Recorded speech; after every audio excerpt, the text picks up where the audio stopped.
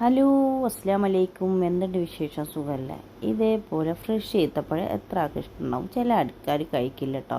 പക്ഷെ ഇപ്പം ഞങ്ങൾക്ക് കിട്ടിയ ഈത്തപ്പഴം കണ്ടോ, നല്ല ഫ്രഷ് ഈത്തപ്പഴമാണ്. മരത്തുമെന്ന് പോയി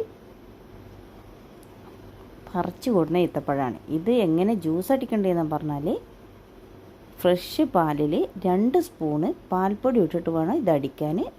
മധുരം ഇടാൻ പാടില്ല. അടിപൊളി ഈത്തപ്പഴം ജ്യൂസായിരിക്കും കേട്ടോ.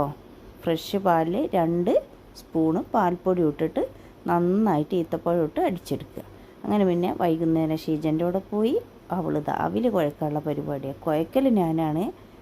അപ്പോൾ ഓളിതാത എന്താണ് പറയുക, വെല്ലതാത അങ്ങനെ ചിരകിയിരിക്കുന്നു. അങ്ങനെ വൈകുന്നേരം അവളോടെ പോയി നല്ല കട്ടനും പാൽച്ചായ നല്ല അവിൽ കുഴച്ചതും കഴിച്ചു കേട്ടോ. ഇപ്പം വെല്ലം ഇങ്ങനെ ചിരകുമ്പോൾ എൻ്റെ പല്ലിങ്ങനെ പുളിക്കും കേട്ടോ. അതുകൊണ്ട് ഞാൻ ഓളെ ഏൽപ്പിച്ചിരിക്കുകയാണ്. അങ്ങനെ അതാ നല്ല അവിൽ കുഴക്കുന്നത്.